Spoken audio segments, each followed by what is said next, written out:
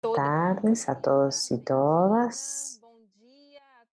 Buenos días Central, com muita a nuestros alegria. compañeros de América Central. Con mucha alegría y con mucho aprendizaje que hoy iniciamos la última clase sincrónica del primer módulo del curso o programa de capacitación del DAC semiárido vivo. Vamos a finalizar esta etapa hoy con una mesa maravillosa con mujeres increíbles y con hombres también, pero predominantemente con mujeres que van a traer miradas sobre las disputas, sobre los recursos naturales, sobre las construcciones, las políticas públicas, las experiencias de redes. Entonces estamos aquí en este proceso de múltiples voces y múltiples narrativas, de miradas múltiples, afirmando el desafío de ver el semiárido a partir de las vivencias y perspectivas.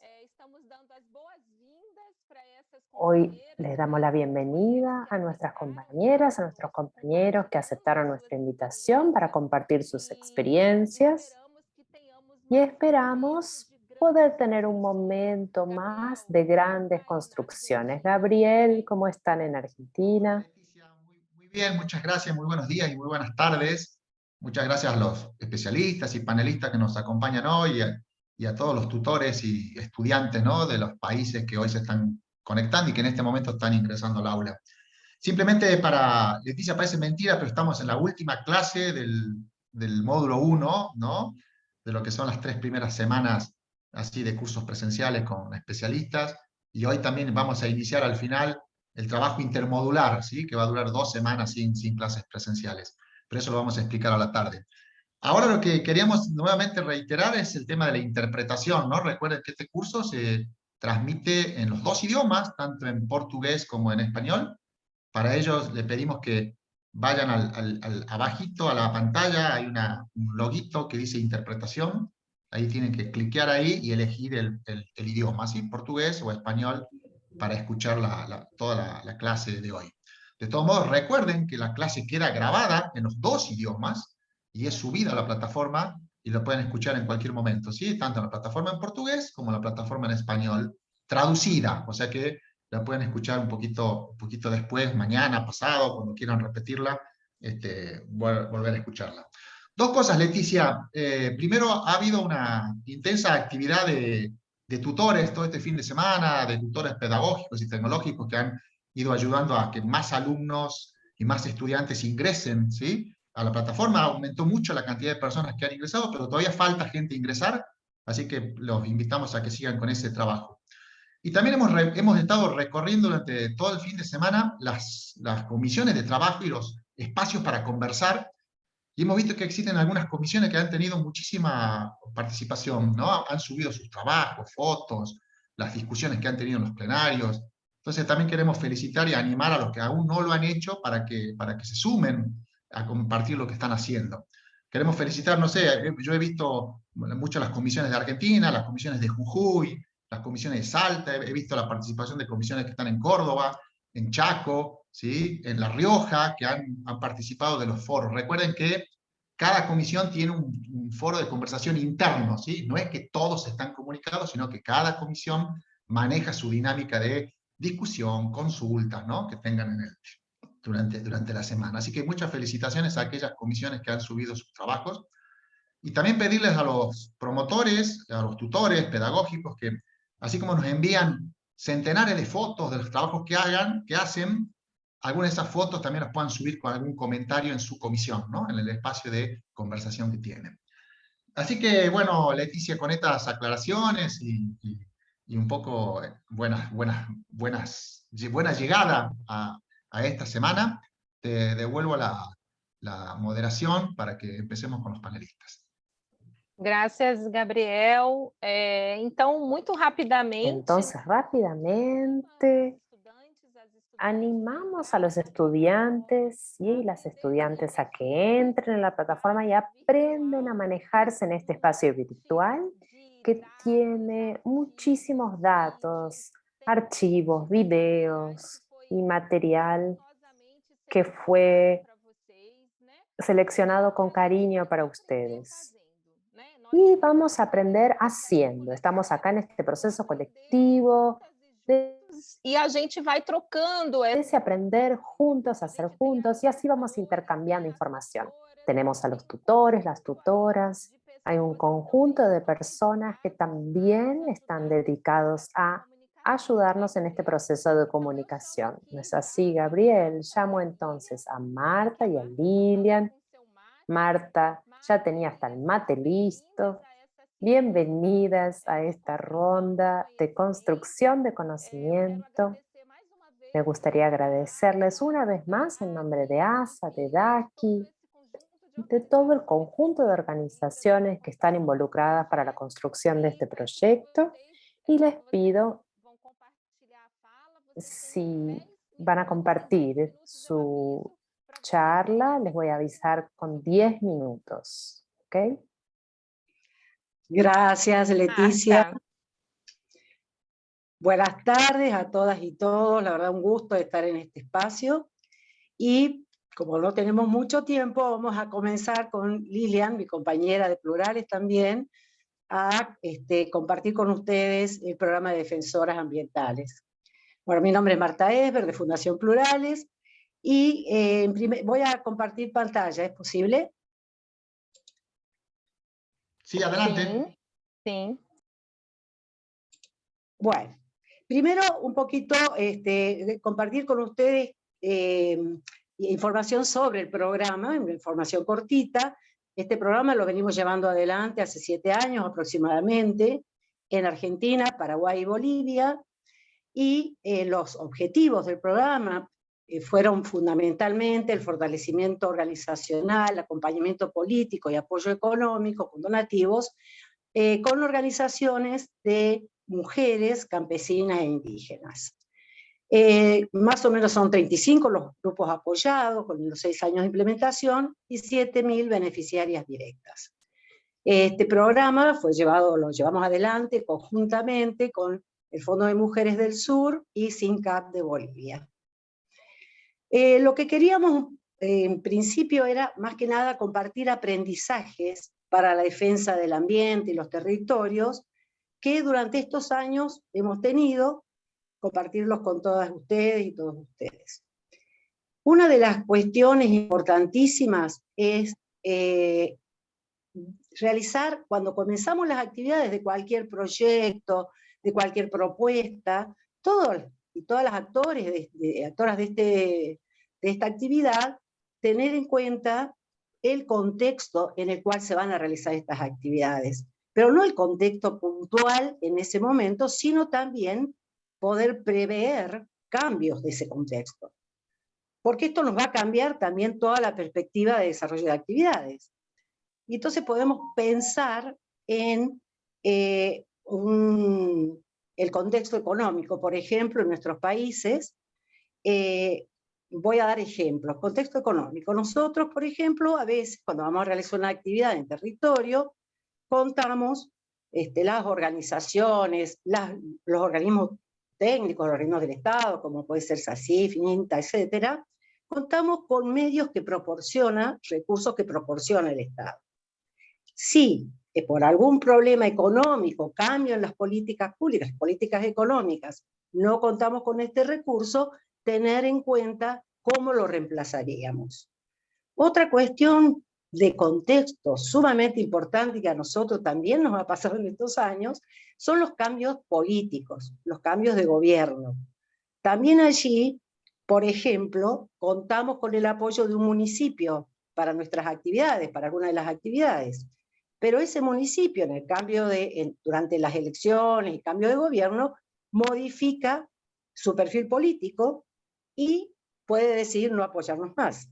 También, ¿cómo hacemos y qué hacemos? ¿Cómo dependemos de ese apoyo político? Si dependemos mucho, ver qué pasa si no está y cómo lo reemplazamos. Y también puede haber otro tipo de situaciones que se puede dar dentro de nuestras propias organizaciones y comunidades, que es que alguna compañera tenga que abandonar la organización, alguna compañera que tiene un rol muy importante, o tenga por cualquier motivo no pueda estar ausente, 1, 2, 3 compañeras, no importa, ver cómo podemos nosotros cubrir esos espacios, también tenerlos en cuenta. Marta, ¿tú estás Entonces, bajando tu pues, presentación? Porque está quieta. ¿Tú estás bajando? Ah, no, porque estamos está únicamente todavía en contexto. O sea, perfecto, ahí perfecto. hemos puesto, somos realistas y flexibles, o sea, ser realistas cuando hacemos este análisis, cuando hacemos la propuesta y decimos vamos a hacer esta y esta otra actividad, de que dependemos de contexto político, económico, social. Para nosotros eso ha sido un gran aprendizaje. Otro aprendizaje fue cómo se sostienen, cómo sostenemos las acciones para cuando se terminan los recursos. Esto es muy común, tenemos 3 años de apoyo, se termina ese apoyo, ¿cómo podemos continuar y cómo podemos seguir defendiendo el territorio? ¿Con qué recursos? Esto pensarlo no cuando se terminó el apoyo, sino durante el desarrollo de las actividades, que sea una actividad más de nuestras organizaciones, comunidades, de cómo los vamos a continuar si se termina el apoyo económico que tenemos. ¿Por qué? Porque también, aunque pensemos, bueno, pero tenemos después, cuando se termina, los buscamos, ese apoyo durante el año que nos queda, bueno, no. Ese bache de no realizar actividades o bajar el nivel de actividades o dejar algunas sin hacer, eso significa muchísimo para el éxito de nuestras metas, de nuestros objetivos, incluso para hasta las organizaciones, muchas veces, y las comunidades, se debilitan por la falta de recursos. Puede que no sea un recurso económico, pero pensar quizás de qué manera las continuamos sin un financiamiento, pero de qué forma podemos reemplazar el financiamiento con acciones propias, con aportes de otra naturaleza. O sea, pero pensarlo. No siempre el dinero es el que hace falta, casi siempre, pero también podemos reemplazarlo con otras acciones. Entonces, durante la etapa de desarrollo de todas las actividades, sea una más el pensar cuánto cuestan todas estas actividades y cómo las sostenemos en el tiempo. Otra cuestión que también fue un aprendizaje muy importante, el desarrollo organizativo, y aquí le paso la palabra a mi compañera Lilian. Bueno, gracias, Marta. Estamos pensando estos aprendizajes en función del proceso de defensoras de todo este tiempo, y un desafío que hemos tenido es esa tensión o esa mirar la doble cara entre el desarrollo organizacional propio de los grupos de mujeres defensoras, en algunos casos grupos locales, territoriales, en otro caso grupos dentro de organizaciones mixtas, pero que tienen su propio proceso organizativo, y la tensión con el fortalecimiento de la red que conformamos juntas.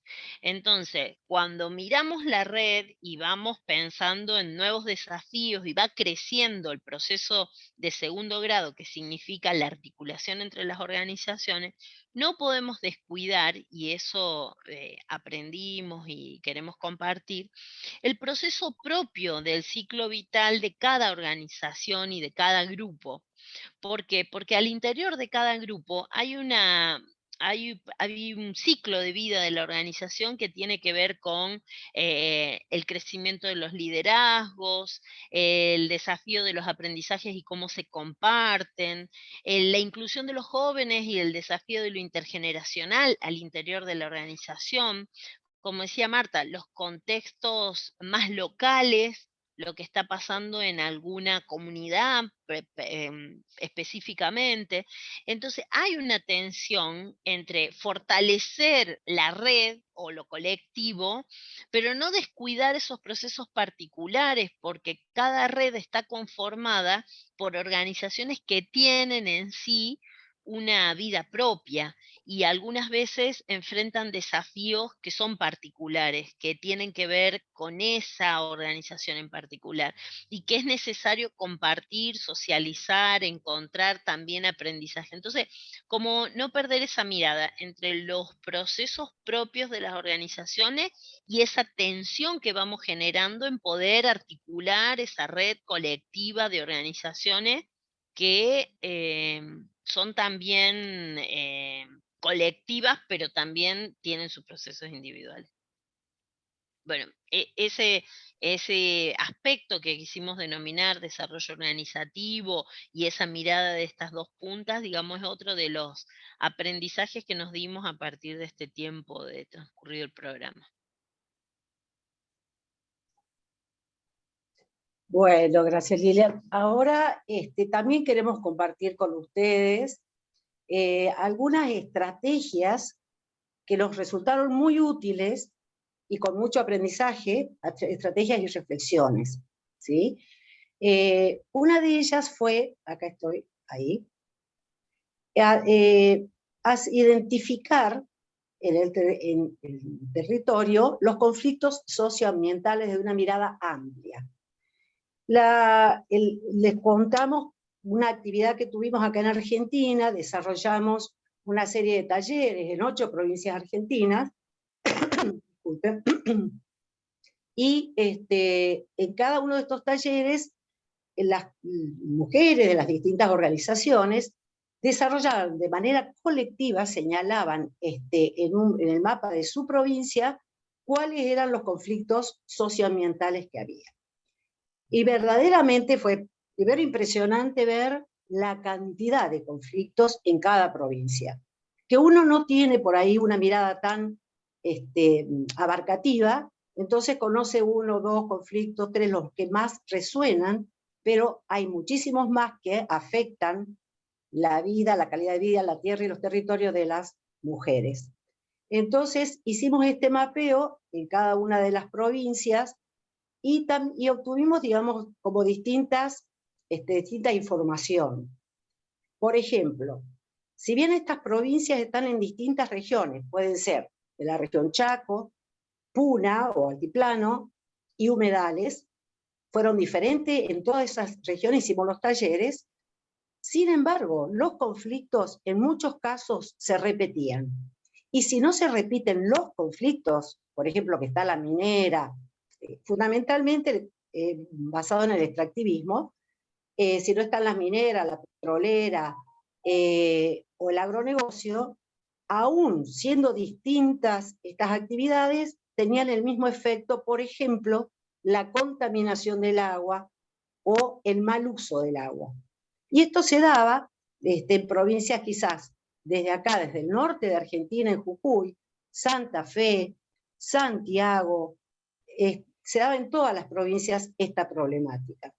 Entonces, ¿qué es lo que resulta importante esto? Que las defensoras ambientales podían también pensar acciones conjuntas, ya que las problemáticas son comunes. Entonces, ¿qué acciones conjuntas podemos realizar en estas luchas que llevamos adelante en defensa de la tierra y el territorio? Marta, desculpa, são ¿Sí? 12 minutos já, sim? Oh, sí. Ahora vamos a pasar a otra estrategia que fue el mapeo de los efectos del cambio climático y del extractivismo y de las luchas que llevan las mujeres adelante en el cuerpo de la mujer. Esto es sumamente importante, ya que no nos detenemos a pensar que afecta a nuestro cuerpo también todas estas luchas y el cambio climático y los efectos del extractivismo, y los tenemos que tener en cuenta. O sea, el primer territorio a cuidar es nuestro cuerpo, y también el cuerpo de nuestras compañeras. Esto es una cuestión absolutamente importante. Y ahora le paso a Lilian, le estoy apurando, para que ella comparta. Vamos más rápido. Y bueno, como decía Marta, este proceso de mapeo de los conflictos ambientales y también una mirada del cuerpo y dónde tienen impacto esos conflictos en el cuerpo de las mujeres, en nuestros cuerpos propios, en el de cada una, nos hizo poder pasar a definir distinto las problemáticas y poder trabajar esta cuestión que tiene que ver con de lo local a lo regional, como decía Marta, ir haciendo una mirada más amplia, encontrar puntos de conexión en el territorio, pero también incorporar el impacto y la perspectiva que las mujeres en particular tenemos de estas conflictivas ambientales y por lo tanto redefinir los conflictos ambientales, los problemas del ambiente, pero a partir de, desde mirarnos nosotras mismas y de mirar qué nos está pasando con eso y poder incorporar esa perspectiva en la definición de cuáles son los conflictos,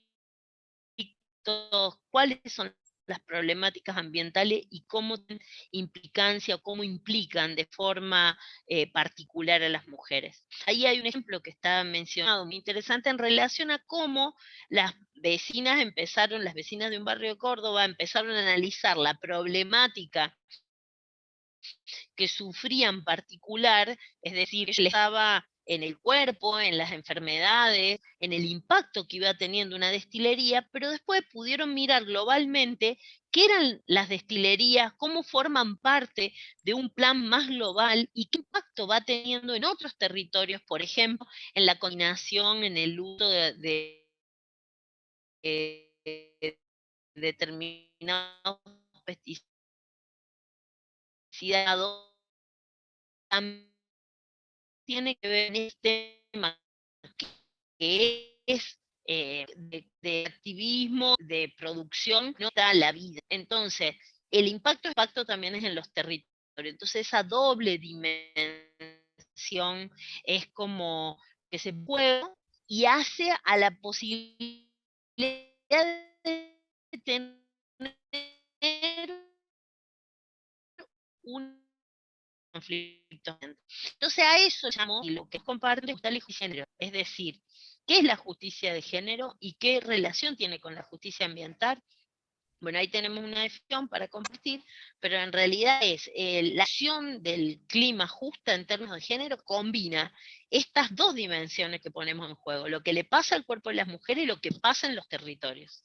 La justicia climática aporta esa perspectiva política y esa posición política de las mujeres y esa construcción de esa posición política de las mujeres es lo que queremos significar como importante a partir de poder problematizarlo y trabajarlo en los grupos y en los procesos particulares, ¿no? Y esto también desenmascara cuestiones de todo el sistema patriarcal y de todas las otras desigualdades y el impacto de todo el sistema en el cuerpo de las mujeres. Entonces se puede hacer un proceso reflexivo que comienza mirando problemáticas ambientales, que ubica el cuerpo de las mujeres en esa problematización y que puede tener una perspectiva más amplia. No Bien. sé si queda tiempo o ya se No, acabó. não, Marta, desculpa. Oh, no. No queda Perdón. más. Não. Mas todas Bueno. as apresentações vão ficar Todas las disponíveis presentaciones están e é isso, disponibles. assim, é uma chuva de ideias Es e eu una já lluvia fiquei de aqui, ideas. já fiquei aqui, Lilian, ó, Ya estoy cascavilhando as aquí, Lilian, nossas ações, pensando en todo lo que pensando dijiste, todas as coisas que a gente faz também, en las cuestiones también, assim, cosas que gênero. hacemos en esa interfase de género, medio ambiente, acceso a las políticas públicas. Muchas gracias. Y perdón que el tiempo ha sido tan corto. No, está bien, gracias. Lo que podemos hacer, Leticia, lo que podemos hacer, porque ustedes saben que estamos subiendo preguntas y respuestas de los panelistas posterior, ¿no? Entonces, si les quedó algún concepto clave, lo vamos a poner por escrito y lo vamos a subir al aula, ¿sí? Si hay alguna parte que quisieran después resaltar un poquito, le vamos a mandar una hojita para completar algunos conceptos y eso lo vamos a subir al aula, ¿sí? Gracias, Perfecto. Marta y Lili. Gracias. Igual, gracias por tener el espacio para compartir. Graças a ustedes. Então, para essa ciranda, rapidamente a gente convida Bueno, o la Raul. rueda pasamos a Raúl rápidamente, que viene desde Guatemala. ¿Es así, Raúl? ¿Estás por aquí? Oi, bom dia. Olá, Raul, bom dia. Boa tarde. Buenos días, Raúl. Buenas Vem para essa tardes. ciranda, Raul. Véngase para la rueda, Tudo bom? para la ronda. Lindo. Sí. ¿Puedo comenzar? Buen día, un gusto saludarlos. Pues agradecer la invitación que me ha girado el grupo del FUDE para poder compartir el día de hoy. Muy brevemente, el tema de políticas públicas, algo pues que lleva mucho tiempo para su trabajo y vamos a tratar de condensarlo en 15 minutos. Vamos a ver si logro hacerlo. Bien, empezando rápido. Las políticas públicas, pues es básicamente todo lo que hacen los gobiernos. Lo que hacen o dejan de hacer, ahí hay una connotación de política, ¿no? Términos generales, diríamos que son las acciones que se emprenden desde un gobierno para solucionar problemas prioritarios. Es decir, los objetivos, las estrategias, los instrumentos para modificar el comportamiento de determinados actores sociales. Y creo que acá pues es justamente eso, ¿no? Cómo los gobiernos deciden hacer cosas o deciden no hacerlas. ¿Quién define las políticas públicas? Pues los que tienen poder. Entendiendo el poder como la capacidad de hacer que los otros hagan lo que nosotros queremos. Esas personas, esos grupos o esas entidades nos orientan para que hagamos lo que ellos quieren. Mientras más poder, la resistencia es menor. Mientras menos poder, pues hay resistencias mayores. Hay políticas públicas y hay políticas privadas. En este caso, pues me voy a enfocar básicamente en las políticas públicas.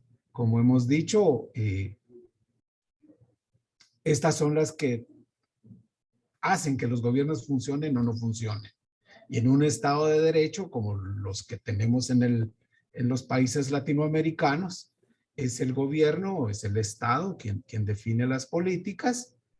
Y en el marco de un Estado de Derecho democrático y participativo, pues esas políticas deben definirse de una manera consensuada con los diferentes grupos que van a ser afectados, ya sean positiva o negativamente, con la manera en la que se implementan las políticas públicas a diferentes escalas. El fin último de las políticas, pues, es construir gobernabilidad. Es decir, las políticas lo que hacen es tratar de anticiparse a potenciales crisis. Proponen soluciones para responder a las necesidades y aspiraciones de la sociedad, siendo entonces que las políticas públicas lo que pretenden es hacer más gobernables los países, hacer más gobernables los estados y los municipios, y que justamente esto se logre en el marco del respeto a los derechos económicos, sociales, políticos, ambientales, y que genere paz social. Eso es en el plano de la teoría. Sin embargo, hay una relación muy estrecha entre políticas, las leyes y las instituciones.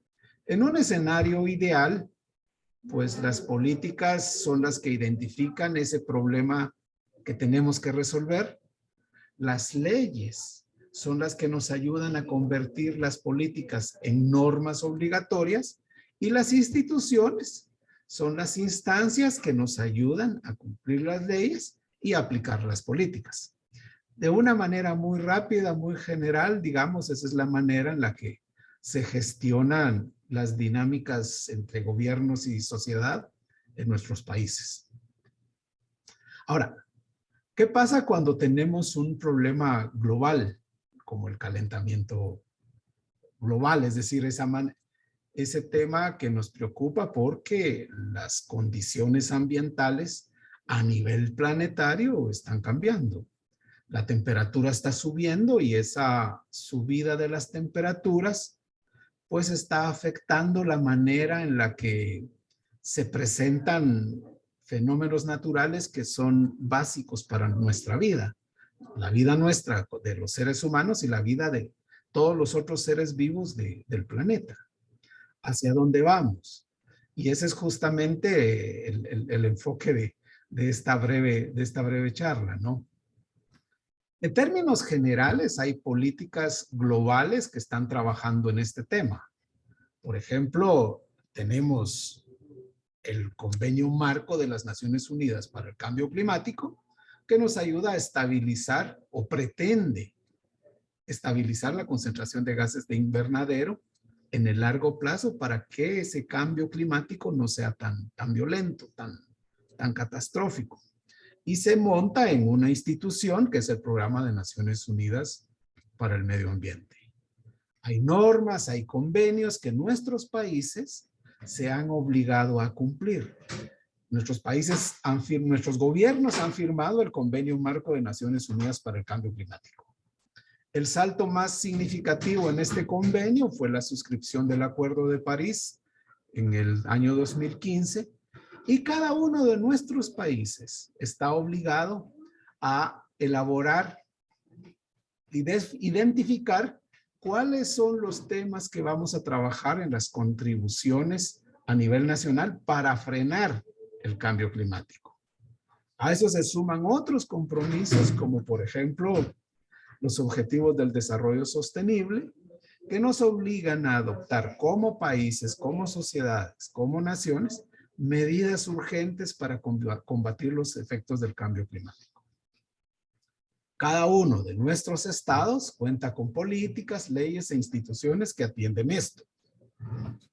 El tema que nosotros analizamos es justamente si lo que se está haciendo en términos de política pública para atender el cambio climático está ayudando realmente a las comunidades, está ayudando a los territorios, está ayudando a las familias.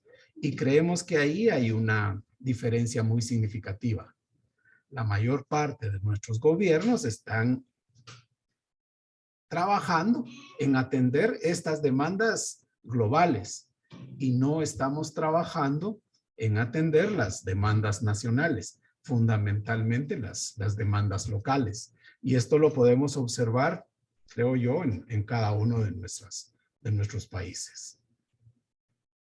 ¿Cómo vamos a pensar estas políticas ambientales locales? ¿Cómo trabajarlas? Pues nosotros estamos trabajando, bueno, partimos de un principio fundamental. El cambio climático no es una cuestión de opción.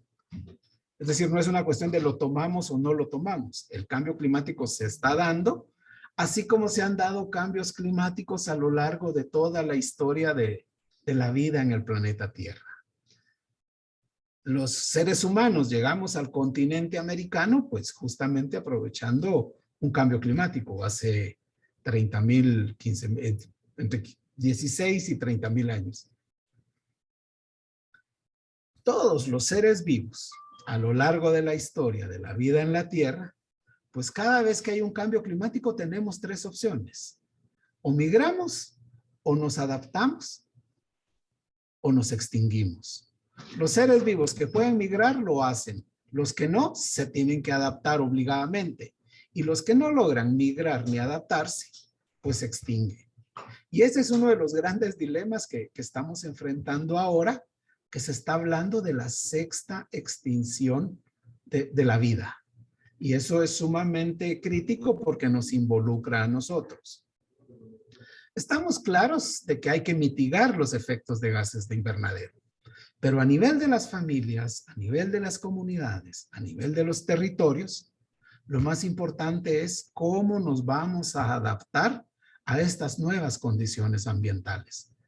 Nuevos ciclos de lluvias, nuevas dinámicas de temperatura, cambios en humedad, humedad del aire, humedad del suelo, y esto afecta a nuestros medios de vida.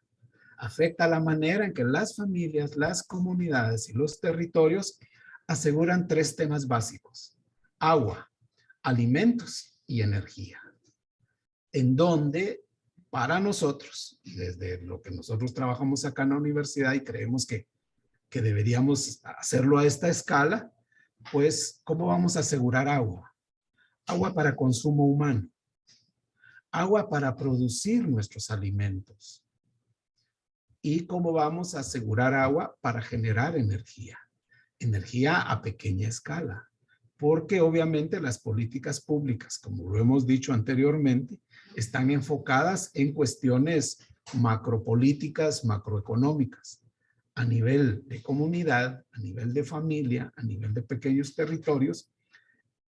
Estas realidades están bastante desenfocadas de las políticas públicas. En términos generales y con base en los 15 minutos que me han dado, pues quisiera cerrar con esto. Cuando pensemos en políticas públicas, pensemos en 5 elementos básicos. Que estas políticas tengan una visión estratégica, que nos ayuden a hacer cosas, que hayan incentivos para que se implementen y que tengamos los recursos para poder echarlas a funcionar. Y que contemos con un plan de acción. Si tenemos esos 5 elementos, podemos asegurar que nuestras políticas públicas van a tener impacto y van a generar cambios, fundamentalmente cuando se requiere de cambios complejos como los que nos obliga el cambio climático.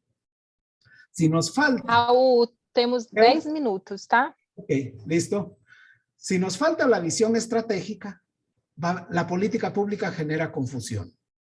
Si no tenemos la capacidad de hacer las cosas que están en la política pública, generamos ansiedad. Si no hay incentivos, tenemos cambios muy lentos. Si no tenemos recursos, generamos frustración. Y si no contamos con un plan de acción para implementar la política pública, siempre los comienzos van a ser muy erróneos. En el momento que nosotros, a nivel de comunidad, a nivel de territorio, es decir, a escala local, pensemos en implementar políticas públicas, tenemos que contemplar que tenga por lo menos estos 5 elementos que presento en la diapositiva. Y pues con esto agradezco por su atención y agradezco a los colegas que me han invitado a conversar brevemente con ustedes, deseándoles muchos éxitos en este proceso de formación. Muito obrigado y muchas felicidades. Obrigada, Raul. Muito obrigada. Gracias, Raúl. Muchas gracias. Ha sido fantástico con respecto al tiempo. Arrasó, como decimos aquí en Brasil. Ha sido muy justo con el tiempo, su utilización, y por eso le agradecemos. Es siempre importante para entender, es importante entender esta estructura en cuanto a las políticas públicas, no solo como una acción del Estado, sino también como una relación de disputa, ¿cierto?, en torno a los recursos, el reconocimiento de esa realidad.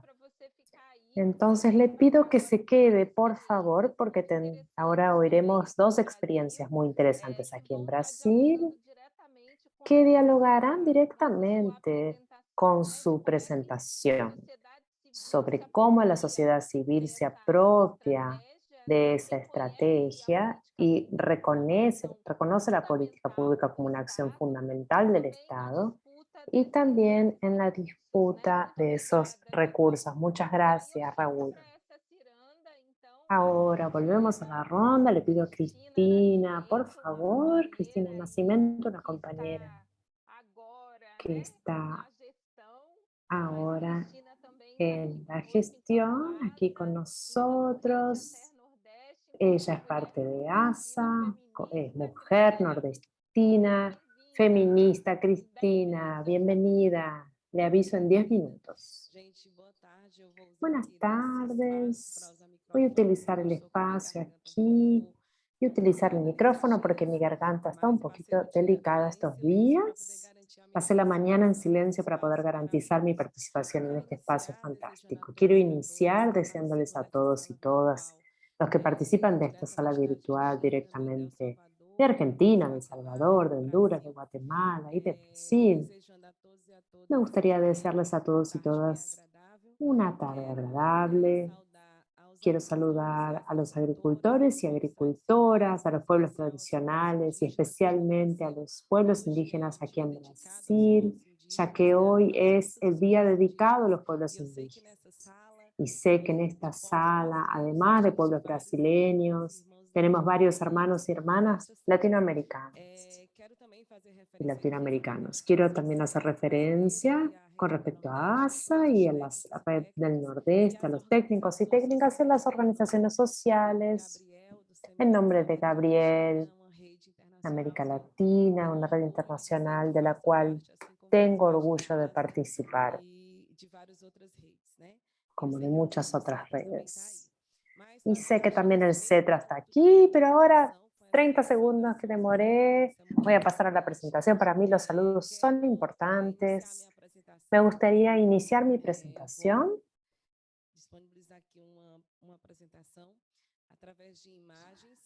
con unas imágenes y vamos a traer, y me gustaría realmente hablar sobre lo que Raúl mencionó con respecto a la construcción de políticas públicas y que política pública es construida a partir de una relación de poder y la disputa de ese poder es fundamental para la construcción de políticas donde podamos responder a un desafío, un reto colocado por la sociedad. Es importante tener una lectura de ese contexto a partir de una mirada política. Y es eso lo que me gustaría presentarles en estos 13 minutos que me quedan probablemente. Me gustaría comenzar pasando dos imágenes para ustedes. La primera, Roberto me está ayudando aquí. La primera dice que ya tuvimos en el semiárido brasileño 1 millón de muertos y pasamos de 1 millón de muertos para 1 millón de cisternas. Esas dos imágenes son fundamentales para entender lo que ASA viene a dialogar, viene a colocar en este proceso de formación. La historia de la construcción de la política pública del acceso al agua en Brasil pasa por la comprensión del semiárido a partir de estas dos imágenes, pero voy a volver a la primera para poder realizar una introducción. Debemos entender que el semiárido brasileño es un territorio múltiple, es un territorio poblado y es un territorio que tiene en su centralidad cuestiones emblemáticas y muy desafiantes. Una de ellas siempre ha sido está relacionada con el acceso al agua. Solo que desde el comienzo el agua se ha siempre considerado como un problema por aquellos y aquellas que asumen el poder en el Estado brasileño. Como Raúl dijo, la hegemonía del Estado brasileño ve el semiárido como ese lugar de imposibilidad porque no hay agua, de tierra improductiva porque no hay agua, y de la tierra que está sí. Una tierra que está destinada al sufrimiento por la sequía, por el hambre, por la miseria, porque sobre esa mirada la escasez de agua es un fenómeno que es de castigo y que esa tierra no puede producir nada. Esa fue la lógica de la imposibilidad, de la inviabilidad del semiárido, que hizo que el Estado brasileño construya políticas y acciones de gobierno desde la perspectiva de lo que definimos como combate a la sequía. Es decir, si nuestro problema era la falta de agua, era la sequía, entonces el Estado resolvió que debemos combatir ese fenómeno. Y es allí, estas imágenes son los resultados de una lógica de gobierno, de construcción de acción pública, de política, que tiene como principio no el contexto local, sino una lógica de negación de ese contexto, de sus características y la afirmación de una perspectiva de negación de la posibilidad del que el territorio se autoafirme. Como consecuencia del combate, los autos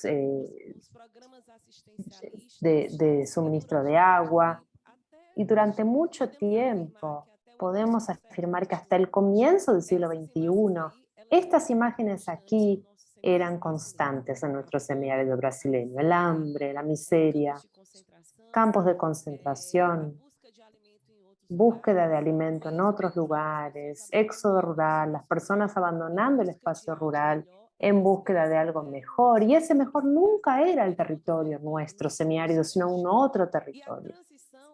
La transición para esta otra imagen, en la que afirmamos, ahí teníamos 1 millón de muertos, y acá tenemos la alegría, pero una alegría positiva de decir que en el siglo XXI atravesamos la sequía más importante de los últimos 40 años, como los especialistas afirman, y no tuvimos disminución de hambre, de miseria y de flagelo en nuestro semiárido. Por el contrario, tuvimos más alegría, tuvimos más potencialidad y tuvimos afirmativa de que este territorio, en él pueden ser encontradas salidas. Y en esta imagen celebramos 1 millón de cisternas. Esa cisterna para nosotros es el punto central de nuestro debate, de la construcción de una política de Estado brasileño, del acceso a agua a partir de las experiencias en nuestro lugar. Entonces, celebrar esta cisterna es celebrar la construcción de una otra mirada sobre el semiárido. Y esa otra mirada es lo que disputamos todos los días en el Estado y en la sociedad brasileña, que es la mirada de la convivencia con el semiárido. Si esa primera imagen genera el combate a la sequía con estos resultados, la segunda imagen nos trae la mirada de convivencia con el semiárido y tiene como resultado alegría, festejo, los niños, las niñas y agua de calidad. Traje estas 2 imágenes para entender la trayectoria para la construcción de esta política en el Estado brasileño. Para la construcción de esa narrativa con el semiárido, tenemos un sujeto colectivo extraordinario, del cual tenemos orgullo de ser parte y afirmar que es la articulación del semiárido brasileño. En 1999, ASA es una red, pero oficialmente se forma en 1999, proponiendo de forma osada al Estado brasileño la construcción de 1 millón de cisternas. ¿Por qué 1 millón de cisternas? Porque en ese momento existía un dato del Instituto Brasileño de Estadística y Geografía, IBGE, que en el nordeste brasileño, en el semiárido, habían cerca de 1 millón de familias que no tenían agua para consumo. Y ya teníamos, por nuestra trayectoria, las organizaciones que componen a ASA, Predata, 1999, tienen 40, 50 años, organizaciones ligadas a iglesias, etcétera, y ya tenía una cierta trayectoria. La cisterna había sido un gran experimento que había sido desarrollado por agricultores y por comunidades y agricultores familiares. Esa acción, una acción de la cual teníamos certeza que cargaba en sí lo que traíamos en nuestra declaración del semiárido. La declaración del semiárido es un documento de ASA donde se afirmaba lo siguiente: el semiárido tiene derecho a una política adecuada, y esa afirmación para nosotros es muy importante. Las medidas emergenciales de cestas básicas son importantes, pero son pasajeras, y precisábamos que este proyecto tuviese acciones más permanentes. La cisterna es la garantía de agua descentralizada al lado de casa y sobre la gestión de las familias. Nuestra experiencia había mostrado que en el semiárido esto era posible.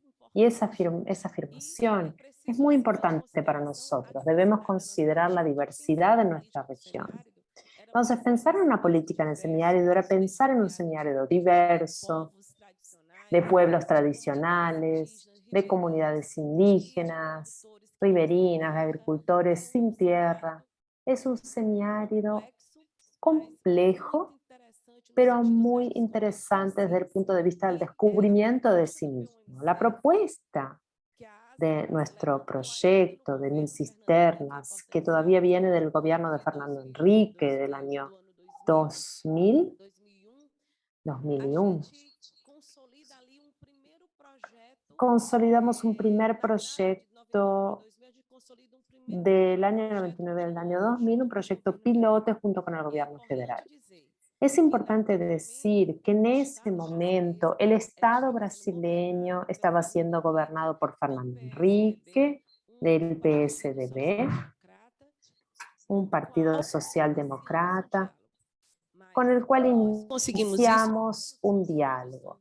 Pero conseguimos eso no por los buenos ojos de Fernando Henrique, sino porque ASA y nuestro proyecto son fruto de la movilización, organización y sobre todo del fortalecimiento para la identidad y la pertenencia de los pueblos en el semiárido. Para mí esto es central. ¿Por qué? Porque construimos una propuesta de una política que viene de nuestras experiencias. Construimos una propuesta de política en la cual quedaba claro que se iba a amenizar en ese momento uno de los retos que teníamos en el semiárido. Tenemos varios, pero el acceso al agua para consumo humano era la puerta de entrada para nuestro proceso de movilización. Una política pública también que nos permitiese también movilizar nuestro territorio. Entonces fue esa la propuesta y ASA, como esta red, se constituyó como un canal de incidencia política y esa incidencia sucede en la formatación de la política, sucede en la proposición clara de lo que estamos pidiendo que suceda o queriendo que suceda, y también se constituye en la movilización social. La construcción de política pública pasa por todo ese proceso. Debemos conocer nuestro territorio, tener claro el contexto, tener claros los desafíos y las propuestas a partir de nuestro lugar para resolver ese reto. Y es ahí donde se elabora una propuesta, como fue el caso de P1MC, de cisternas, de agua descentralizada, agua cerca de la casa de cada familia. Debemos entender que ese resultado de ese gran proceso de movilización tiene varios frutos. Y ese fruto para mí, y estoy segura de que muchos de mis compañeros de la red y de ASA concuerdan conmigo, que es la afirmación del semiárido posible. En estos 22 años de ASA hemos tenido la certeza de que el semiárido tiene varios resultados positivos. A partir de las cisternas también agregamos el debate de la agroecología, de la producción de alimentos, de la resiliencia del territorio, y fue esa experiencia también que nos trajo la acción en red desde la perspectiva de asistencia técnica, de la construcción del conocimiento, de la participación de mujeres y jóvenes, de pueblos tradicionales en la construcción de la agroecología.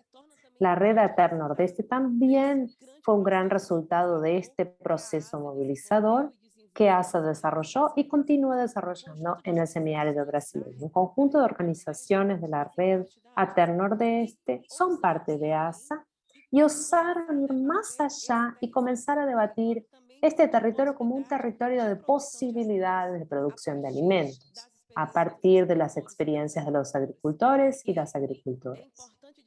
Es importante destacar que además de políticas de acceso al agua, la red ATER Nordeste junto con ASA tuvieron importancia a partir de sus experiencias en la incidencia para la construcción de dos grandes políticas que me parece importante resaltar aquí. La política nacional de asistencia técnica, de asesoría técnica, desde la perspectiva de la construcción del conocimiento para los agricultores y agricultoras, en el cual ellos son sujetos de la construcción. Y esto fue todavía en el gobierno de Lula, y luego la construcción de la Política Nacional de Agroecología, que es un debate extraordinario con la sociedad brasilera, que hoy nos da como resultado la agroecología, el debate del alimento como algo central de la movilización y de la unión del campo con la ciudad. Sí, estoy corriendo aquí, Leticia, porque aquí en Brasil hablamos mucho. Pero estas dos experiencias que traigo aquí de ASA, de la Red Ater Nordeste, de la política de acceso a agua, de la política nacional de agroecología, para mí tiene algo que es importante.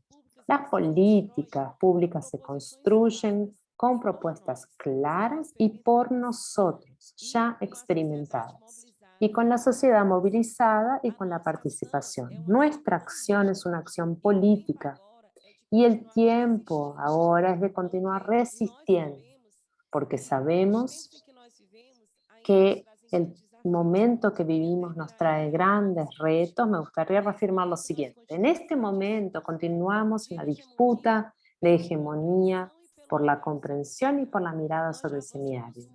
Avanzamos mucho, ganamos mucho con respecto a con la sociedad en cuanto a debate, tanto así que hoy la conciencia, y continuamos en ASA a movilizar la sociedad en torno al programa 1.000.000 de cisternas, y solo conseguimos realizar esto, logramos hacerlo porque la sociedad hoy conoce la acción política de ASA y la acción de desarrollo que habla a partir de ese territorio. Muchas gracias y buenas tardes.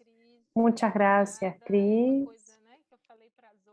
Sí, igual, como les dije a los otros oradores, podríamos quedarnos toda la tarde hablando sobre lo que traes aquí, la organización de la sociedad civil, la disputa de esta mirada, una construcción de una otra perspectiva de vivir con el semiárido, y también la capacidad de propuesta de política pública, que creo que eso es muy importante para nosotros. Aquí en Brasil logramos salir de la protesta hacia la propuesta. En ese sentido, me gustaría invitar a Verónica Santana, mujer de la reforma agraria, del liderazgo de mujeres trabajadoras rurales, que hoy habla del desafío de la gestión de la política pública, así como Cris desde Ceará. Verónica está aquí en Sergipe. Bienvenida a esta rueda, Verónica. Muchas gracias por su presencia. Hola a todos y a todas.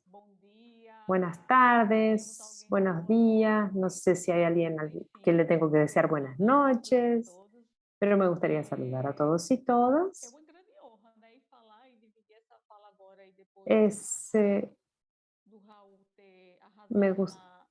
Fue fantástico escuchar a Raúl. Raúl se dio muy bien con el tiempo. Cristina mostró unas imágenes fantásticas, las otras compañeras que también hablaron también antes. Me gustaría agradecer a Leticia por la invitación, agradecer a todos y todas los que están en este momento aquí oyéndonos. Vi que hay muchas personas aquí de Sergipe, de varios lugares. Es un gran honor. Pero Leticia, me gustaría iniciar con un poquito de suavidad. Me gustaría comenzar con un verso de una compañera, una de las pocas mujeres aquí en Brasil, en el Nordeste, Soledad Leite, quien compuso un verso.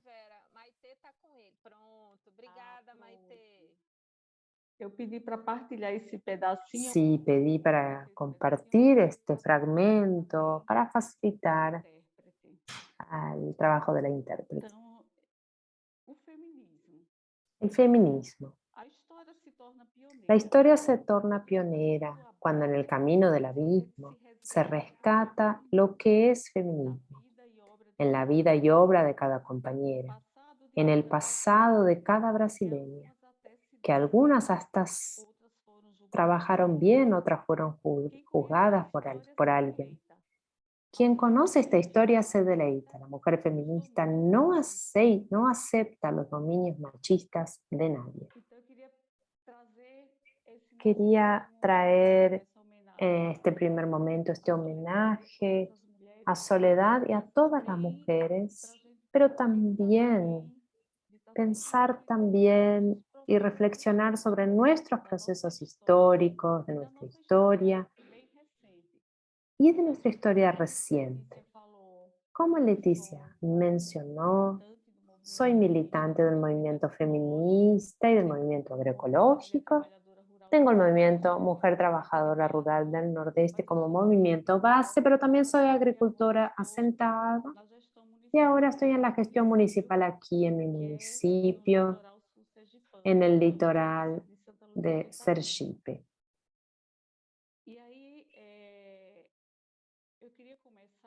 Me gustaría comenzar, pedir por favor para colocar la presentación con fotografías. Antes de hablar de las políticas del Programa Nacional de Alimentación Escolar y de otro programa de adquisición de alimentos aquí en el municipio de Santa Lucía, que ahora se pasó a llamar en este gobierno PAVE, Programa Alimenta Brasil, quería traer un poco sobre el proceso o del protagonismo de los movimientos alrededor de la construcción de las políticas públicas. Coloqué el tema aquí para esta presentación. Acceso a políticas públicas, luchas y cambios de paradigma en el Nordeste y en Brasil. Me gustaría traer un poco sobre el protagonismo de las mujeres, de la juventud, de los pueblos tradicionales de hoy. Hoy celebramos aquí en Brasil a los indígenas en la construcción de políticas públicas. De este proceso, de la propia construcción, de la ejecución de las políticas públicas, viene de la mano de un cambio de paradigma. ¿Cómo pensamos sobre las políticas? ¿Quién es el sujeto de las políticas? ¿Y quién va a recibir esa política? Para los autores y las autoras, los sujetos de construcción de esas políticas. Y también trayendo nuestro territorio. Y cambiamos a medida que avanzamos en la construcción de estas políticas, en el diálogo con el Estado brasileño, y cambiamos también la visión que se tiene de nuestro territorio, de nuestros territorios rurales, semiárido del Nordeste, particularmente como un lugar de atraso. Pasamos a decir que es un lugar de vida, donde hay mucha historia, donde hay un modo de vida, y que a partir de ese modo de vida preservamos un espacio con cultura, con una forma de ser, y es en ese territorio también que creamos relaciones. Allí traemos hacia el centro de la discusión de la política pública exactamente eso, nuestra forma, nuestro modo de vida. Dentro de la discusión, que nuestras relaciones con el territorio es pasible de política pública.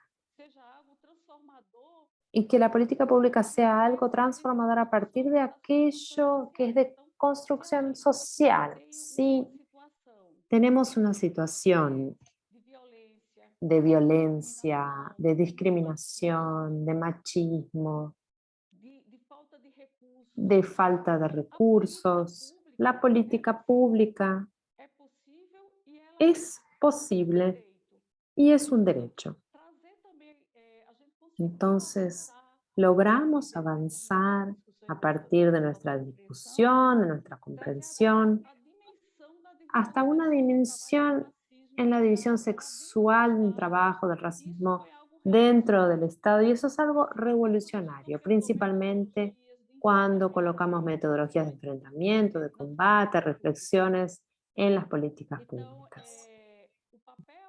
El papel de la política pública es también el papel de deconstrucción de esas formas de violencia dentro del espacio rural y de ese modo de vida que crea las condiciones para que podamos salir del territorio y que sueñe con una vida mejor, pero dentro del territorio, como Cristina mencionó.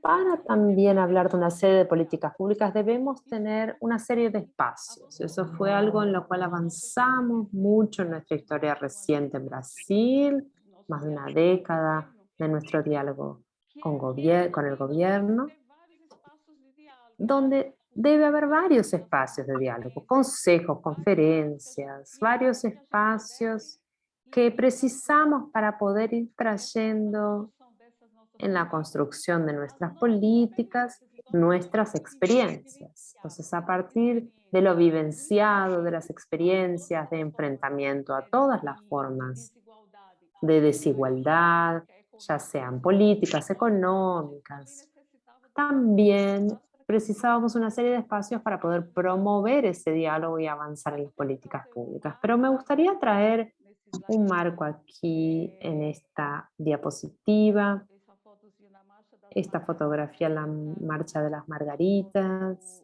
Aquí traigo fotografías de la mujer trabajadora del Nordeste, de una marcha. Me gustaría realizar un recorte a partir del año 2000, cuando comenzamos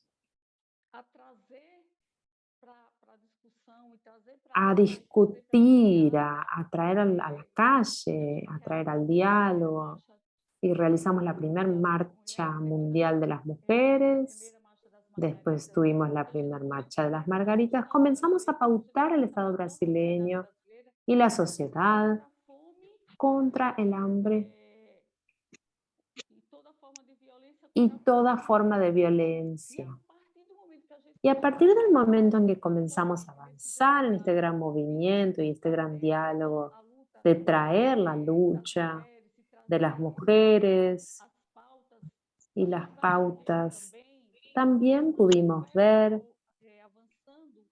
cómo era posible avanzar en nuestra construcción política. Cada marcha de las Margaritas, ya tuvimos 6 de ellas, pudimos observar un proceso del avance y de lucha y de protagonismo de los movimientos sociales y de las mujeres en la construcción de la política pública. A medida que acumulamos esta discusión, avanzamos en la pauta del Estado, del gobierno y construimos varias de esas políticas. En el campo de las mujeres, de cómo traemos las dimensiones de lo que es el papel del rol de la mujer en este espacio rural, que es el papel de la mujer que produce alimentos, pero también que produce vida, las mujeres que están al frente de sus comunidades, que están al frente de sus territorios, que son las mujeres impactadas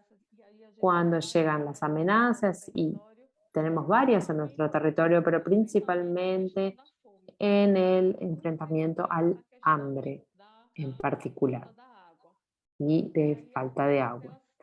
Y las mujeres tienen un papel fundamental y avanzamos también en esa comprensión de traer el protagonismo de las mujeres hacia el centro de las discusiones. Nuestras pautas, nuestros movimientos acumulan experiencias y avances de esa lectura de sociedad y nuestro papel en las políticas públicas en esa construcción. 11 minutos.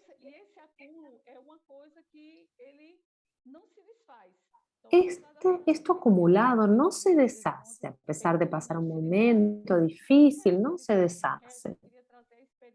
Me gustaría traer la experiencia de 2 políticas públicas. Vamos a avanzar aquí.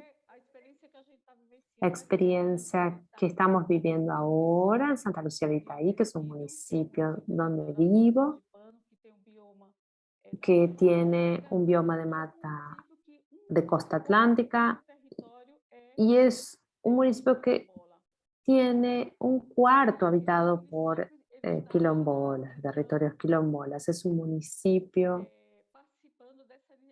que participa de esta iniciativa de la Articulación Nacional de Agroecología,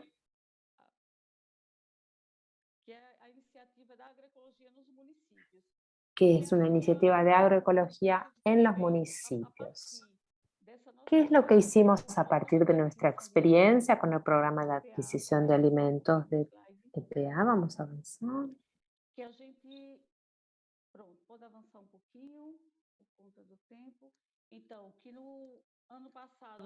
El año pasado ejecutamos...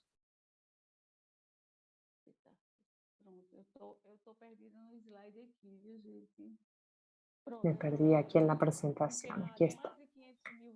Más de 500.000 reales.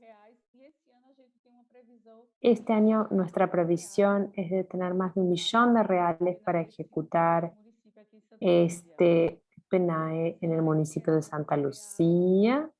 Vamos a pasar al otro programa.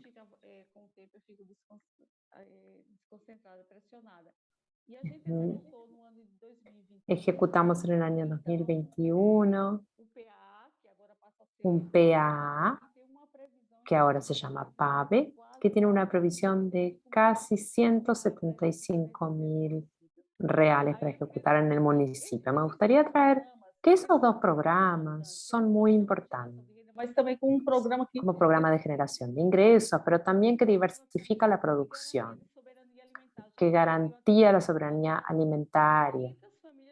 El año pasado, 500 familias del municipio tuvieron donaciones aquí de más de 45 toneladas de alimento. Aquí tengo algunas fotografías. ¿Qué es el PENAE municipal? Vamos a avanzar. El PAB del municipio. Y por último, traje también los desafíos para poder ver este momento, y a pesar de los problemas, es un momento de resistencia, es un momento de tomar lo que todavía tenemos como experiencias, como políticas, y continuar experimentando y realizando de la mejor manera posible dentro de nuestro territorio. Es el momento de volvernos al territorio y defender esas políticas. Estos son algunos de los desafíos que enfrentamos. Por ejemplo, en el programa de adquisición de alimentos del gobierno federal, el año pasado tuvimos recortes, este año también. Para la declaración, que es el registro de la agricultura familiar para las políticas públicas, tenemos gran dificultad aquí en Brasilia, a pesar de que es un territorio quilombola. Y la legislación para productos y beneficiados de origen animal, principalmente la legislación con respecto a pesca. La legislación es muy difícil en estos últimos tiempos para poder tener más agricultores y más familias beneficiadas con estos alimentos. Perdón, me pasé un poquito de tiempo.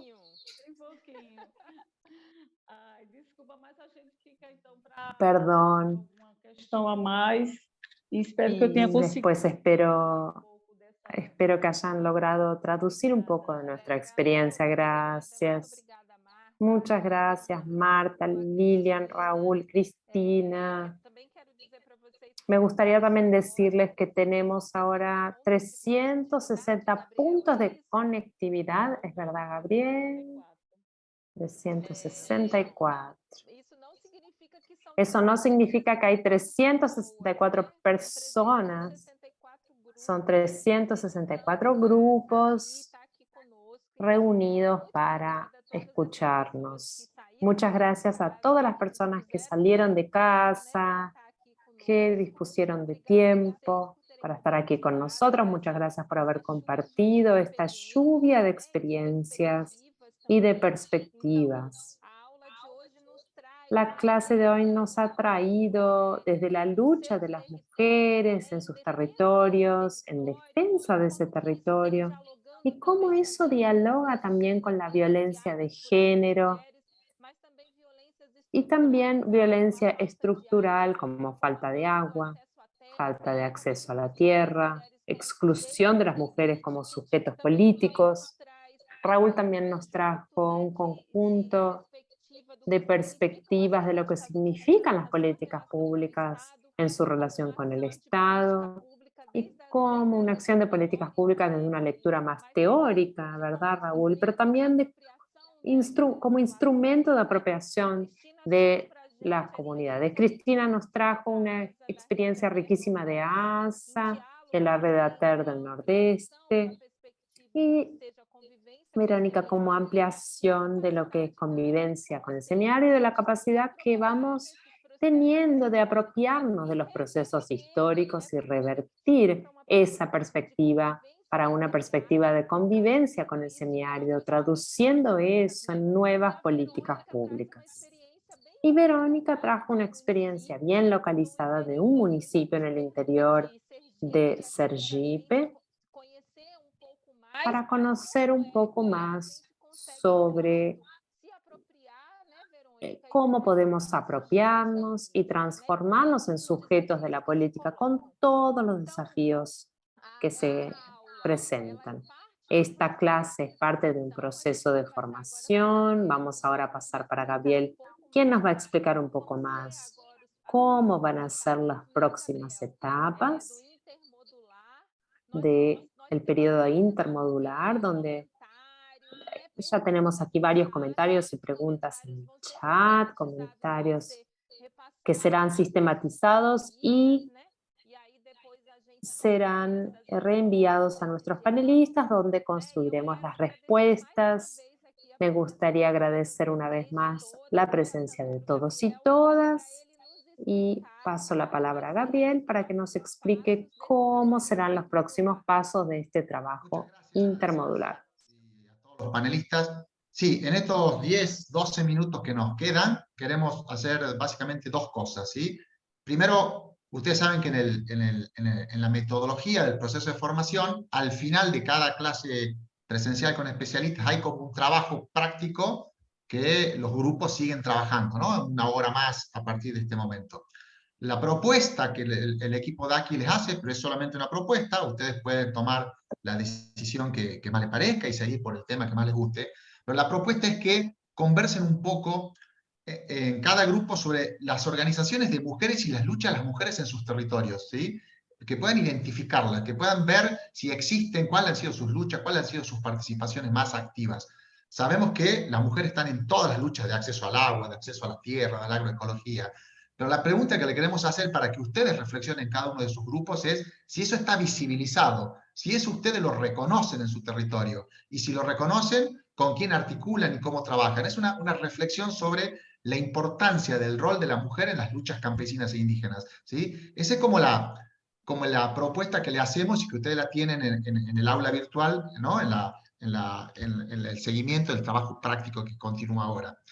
Pero al mismo tiempo, Leticia, hoy también iniciamos como el trabajo intermodular, ¿sí? Ustedes saben que la estructura del programa de formación del DACIP tiene 5 semanas por módulo, 3 semanas seguidas donde tenemos las clases, ¿no?, presenciales y los trabajos en grupo, y luego 2 semanas, las próximas 2 semanas, donde no vamos a tener un momento así de clase con especialistas, sino un trabajo en grupo que es el único requisito obligatorio que el DACI tiene para que los estudiantes presenten como un trabajo práctico concreto, ¿sí? Que puede ser hecho en forma individual o que puede ser hecho en forma conjunta. Nosotros alentamos a que esos trabajos en grupales, que ahora le vamos a decir cuál es la dinámica y la metodología, lo puedan trabajar en su grupo. Entonces, lo que el proceso del DACI pensó es trabajar en los trabajos intermodulares toda una estrategia de mapeo participativo como una estrategia política de diagnóstico y de generación de propuestas de los grupos, ¿sí? El proceso formativo del DACI le va a proponer que en los 4 trabajos intermodulares que nosotros tengamos, trabajemos mapas con diferentes capas de información en función de los grandes temas que el proceso del DACI tiene. Así, todo el proceso del módulo 1 fue un módulo de abordaje general, de política, de experiencias, ¿no? de temas conceptuales sobre qué es la agroecología, qué es el cambio climático, de definición de los semiáridos. Pero después vamos a tener 3 módulos más, el próximo, el módulo 2, que trata más prácticas específicas, por ejemplo, sobre suelos y agua. El módulo 3, que va a trabajar sobre tecnologías de producción y de comercialización. Y el módulo 4, que va a trabajar sobre temas de acceso a la tierra y prácticas políticas. Entonces, lo que nosotros les queremos proponer, y ahora vamos a ver un video de 5 minutos, es que los grupos van a trabajar procesos de mapeo participativo en estos intermódulos, para terminar el curso con un mapa con diferentes capas de información que le va a permitir para incidencia política, que le va a permitir para generar propuestas técnicas, que le va a permitir para poder presentarse ante la sociedad, entre otros actores que existan en su territorio. Entonces, lo que yo les quiero proponer ahora, y le voy a pedir apoyo a Maite, nosotros vamos a pasar el video que está sistematizado en el aula sobre mapeo participativo. Es un segundo. Sobre mapeo participativo, vamos a pasarlo en español con traducción, pero está en el aula en portugués, ¿sí? Así que después lo pueden escuchar también en portugués, como para darle una presentación del tema de lo que el mapeo participativo está pensado dentro del proceso del DACI, y después sí hacer algunas consideraciones sobre el trabajo que vamos a realizar en las próximas 2 semanas. Ahora sí, Maite, gracias.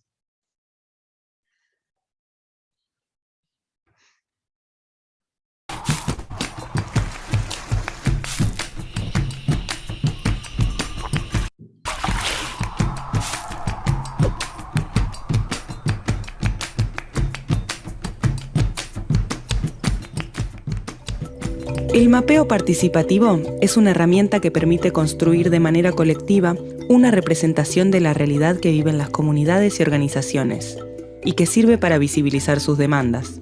Al tratarse de una herramienta flexible, es fácilmente adaptable a cualquier situación que se quiera solucionar y permite posicionarla como un elemento de intervención. Y además, porque también lo puede realizar cualquier persona, sea hombre, sea mujer, niño, niña o anciano. Personas que no sepan leer también lo pueden hacer, porque es simplemente hacer un dibujo o tomar un punto. Ya algunos jóvenes ya que manejan estas tecnologías lo pueden hacer. Es decir, se adapta fácilmente a cualquier situación. Por eso también nosotros lo proponemos como una herramienta, como una estrategia de intervención. Por lo general, son las ONGs las que ponen a disposición los elementos técnicos y el acompañamiento para que cada comunidad pueda confeccionar su propio mapa. Al tratarse de una herramienta que es fácil de adaptar, cualquier persona puede participar en su confección. Es por eso que es de gran utilidad hacia afuera y hacia adentro de cada comunidad o de cada organización. Hacia afuera porque permite hacer incidencia y presentar determinados reclamos a las autoridades. Y hacia adentro porque genera un conocimiento interno, permite identificar problemáticas y percibirse desde una escala más amplia. Porque se ven desde otra escala, porque también genera un conocimiento interno. Hay muchas veces que muchos vecinos no conocen que tiene el otro o no se llegan a dimensionar. Entonces es una construcción de un conocimiento colectivo hacia afuera para la incidencia y hacia adentro para conocer también, para conocerse entre ellos. Para confeccionar un mapa de forma colectiva y participativa, se llevan adelante 5 pasos o momentos. Primero se realiza una reunión alrededor de una imagen satelital, lo cual sirve como disparador para que las personas puedan observarse desde otra perspectiva. Cada individuo puede visibilizar dónde está su casa, dónde está el río, cuál es la distancia que recorren sus animales, etc. Esto les permite detectar problemáticas o necesidades. En segunda instancia, se capacita a los mapeadores y mapeadoras en el uso de las planillas, las computadoras, los programas de edición y los GPS. Y también en ese momento se realiza a través de, por un lado, una imagen en blanco, que las familias se animen a dibujar un croquis, ¿sí?, del problema que están teniendo. O bien también la otra metodología que usamos es a través de una imagen satelital a la cual le superponemos unas hojas transparentes y en ese momento también la gente comienza a dibujar. En la tercera etapa se realiza el trabajo en el territorio. Es cuando los mapeadores y mapeadoras salen a recorrer la comunidad recolectando los datos que se han definido. La cuarta instancia del mapeo participativo es donde se introducen saberes más técnicos. Toda la información recogida en el territorio debe ser ordenada en la computadora para poder realizar el mapa. Una vez confeccionado el mapa, que consta de toda la información ya procesada, se realiza una puesta en común con las personas de la comunidad, organizaciones y los mapeadores y mapeadoras. De esta manera se puede corroborar si la información del mapa es correcta o si necesita modificaciones. El mapeo participativo se concibe como una etapa dentro del proceso de incidencia política. A través de ella, las comunidades tienen una herramienta que les permite hacer visible una problemática o una demanda. De esta manera, al identificarse con el mapa, las comunidades y las organizaciones tienen una herramienta que les permite iniciar procesos para la incidencia política, ya que pueden identificar y hacer visibles los conflictos de la comunidad ante quien corresponda. El objetivo final de este mapeo, de este proceso, es que las organizaciones o las comunidades indígenas tengan una imagen o una herramienta que les sirva mostrar, les sirva visibilizar, les sirva delimitar el problema que están teniendo, y eso le permite sentarse a negociar con el Estado, con un empresario, con un privado o con los propios vecinos. El proceso de mapeo participativo genera información y esto a su vez poder. Por ende, empodera a las comunidades y organizaciones en su proceso de defensa y gestión de su territorio. Los contextos se caracterizan por una alta complejidad porque involucran una multiplicidad de actores con intenciones, visiones e intereses diferentes proyectados sobre una misma superficie o sobre los mismos recursos. El mapeo participativo ha sido aplicado con éxito en diversas situaciones. La metodología incluye la identificación del problema, el mapeo participativo como iniciador del diálogo, la incidencia política y la generación de acuerdos.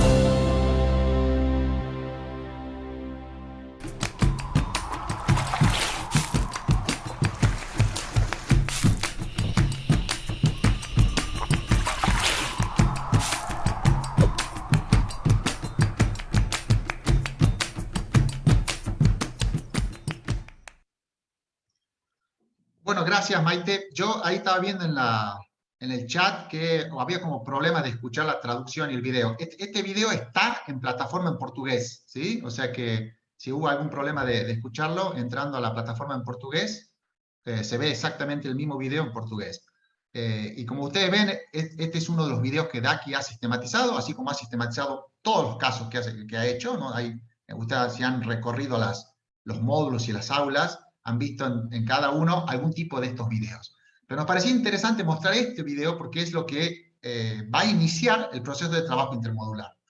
Lo que nosotros le vamos a pedir, y lo tienen la propuesta puesta en el aula, en el trabajo intermodular, hay otro video sobre una orientación que la misma Paola, técnica nuestra de Argentina, ha grabado para ustedes en español y en portugués, y hay como una guía también, ¿no? Como una guía de lo que queremos hacer.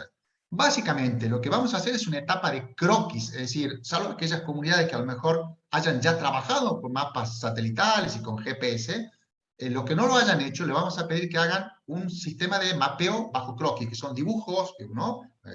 Grandes que puedan hacer, y en este primer trabajo intermodular, centrado en la definición de su territorio, ¿sí? Nosotros queremos que se junten, definan su territorio, vean qué bosques tienen, cómo es el acceso al agua, qué organizaciones tiene, es decir, toda la información general de su territorio, ¿sí? Y ese es el trabajo que van a tener que presentar como obligatorio el curso entre el 3 y el 9 de mayo, que es cuando termina el trabajo intermodular, ya que el 10 de mayo arrancamos con el módulo 2 y ese martes tendremos una nueva clase sincrónica.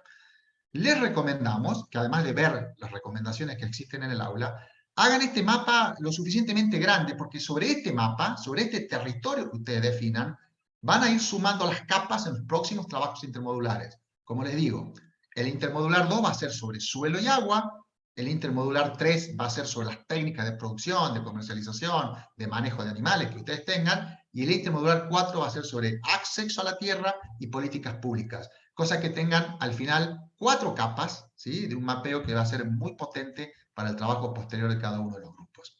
Así que Leticia, esa es un poco la orientación. Yo también quería decir algo, para conocimiento de todos los estudiantes, y es primero agradecerte, Leticia, porque el programa DACI ha establecido moderadores por cada módulo. En el próximo módulo 2 no estaremos ni tú ni yo, creo, ¿no?, moderando, habrá otro equipo. Y en ese sentido, agradecerte enormemente tu apoyo y tu participación en la moderación tan bien hecha en este módulo 1, que además nos queda el trabajo intermodular, ¿no? Vamos a seguir trabajando, pero no nos vamos a encontrar de nuevo con todos los estudiantes el 10 de mayo cuando retomemos las clases sincrónicas, sino que habrá otro equipo moderador que va a hacer esa tarea.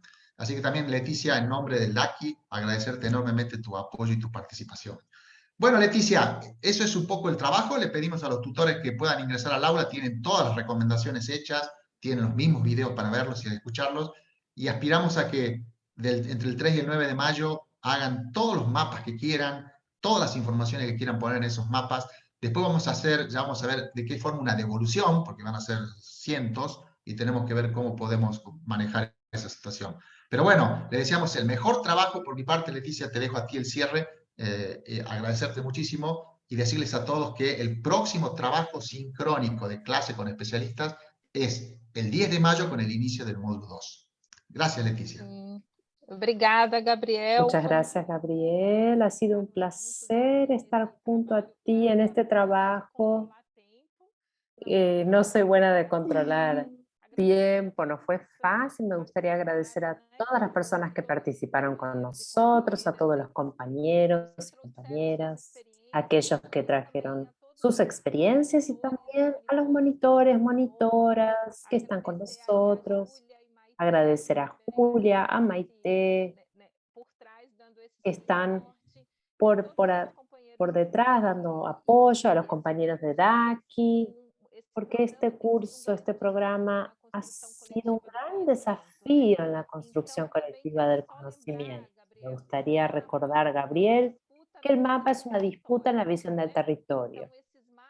Entonces, estos mapas es una delimitación territorial que muchas veces no procesa, no respeta los procesos históricos y debemos construir otras narrativas. Nos gustaría fortalecer otras miradas, reconocer a los sujetos que viven en esos territorios, a las mujeres, a los pueblos tradicionales, a los campesinos, a las campesinas, los agricultores familiares. Que estos nuevos mapas puedan iluminarnos sobre cómo vivimos en el semiárido y cómo construimos nuestra relación con los territorios. Creo que la gran riqueza y el gran desafío que tenemos por delante es eso, utilizar el mapeamiento participativo, mapeo participativo no solo como instrumento de acción en la política pública, sino también como un instrumento de reconocimiento y de rescate de nuestras historias, de quiénes somos y cómo nos percibimos en este proceso. Creo que un gran reto de este curso será el aprendizaje de español para muchos brasileños y brasileñas, todos aquí quejándose que el video solo salía en español. Muy bien, vamos a aprender español para desarrollar un poquito más esta nueva lengua, el portuñol mezclado. Entonces, muchas gracias, Gabriel. Ha sido un gran placer trabajar contigo. Qué pena que estemos tan lejos físicamente. Muchas gracias a todos y todas. Estamos juntos en los próximos módulos y continuaremos dándoles apoyo en lo que precisen. Cuenten con los monitores, con nosotros y perturben mucho, porque sin perturbar no logramos mejorar, no logramos adaptarnos y hacer que este curso sea de hecho una experiencia riquísima. Muchas gracias, buenas tardes a todos y todos. Un apreto, un abrazo, un beso en Guatemala, en Honduras, en Salvador, en Argentina. Un gran abrazo a todos. Marta, Lilian.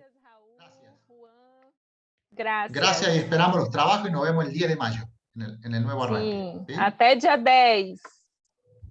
Un abrazo. Chao, chao.